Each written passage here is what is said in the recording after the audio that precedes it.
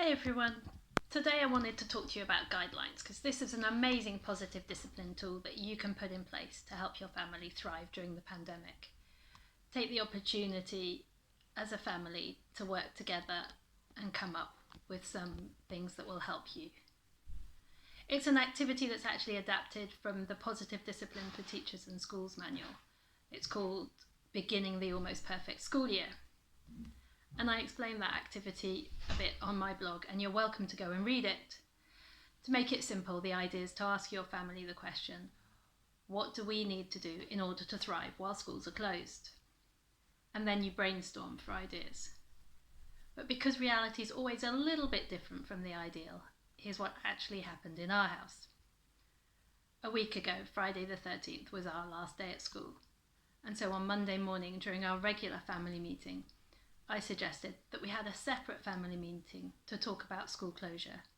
We came up with an agenda and came up with a plan for when we were going to hold that meeting.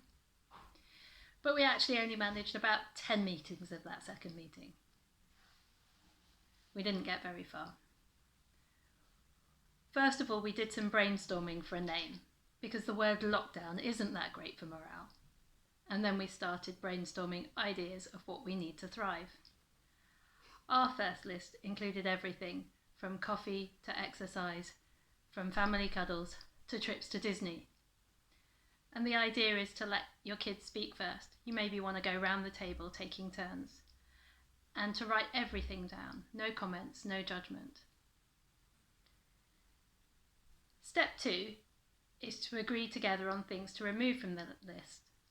So by Monday, when we managed to hold the second part of our meeting, our kids were aware that the swimming pool and Disney were closed. So then they could choose to remove those things from the list. In step 3, you want to group things into categories. So for example, we came up with a list of things that needed to go into a family timetable.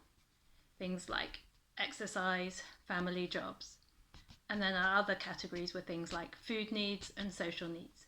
And your categories might look really different. And that's what I love about positive discipline. It's not about me being an expert. It's about me showing you a tool and you taking that and working it out for your own family. In step 4, you want to write those guidelines up, put them on display, and then you can review them daily so that you adjust them if needed. Well, it's day 5 of actual lockdown and I haven't got to step 4 yet.